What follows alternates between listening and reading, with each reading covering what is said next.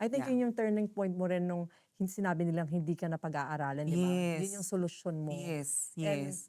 paano mo nahanap yung Jollibee? Nag-apply-apply ka lang? Nag-apply ako kasi yung place na yun, isa lang yung place na yun na malapit sa lugar ko before. So Oh. parang nung tinanggap, actually ang hirap before, during my time, ang hirap magtrabaho sa Jollibee kasi I think hanggang ngayon pa naman, kasi pahirapan pa rin sa Pinas. yes, kasi Yeah. talagang sasalain ka nila. Talagang kapag hindi ka nila magustuhan sa interview, may second interview, may final interview pa. Yeah. So kapag hindi ka pumasa sa ganun, I agree. Tapos usually they choose pa yung mga college graduate, yung mga ganyan, may mga, yes, yeah. yes. So parang, you mentioned hindi ka nakapagtapos, 'di ba? Mhm. Pero talagang I think para sa yun Yes, talaga. yes. Thank you, thank Galing. you.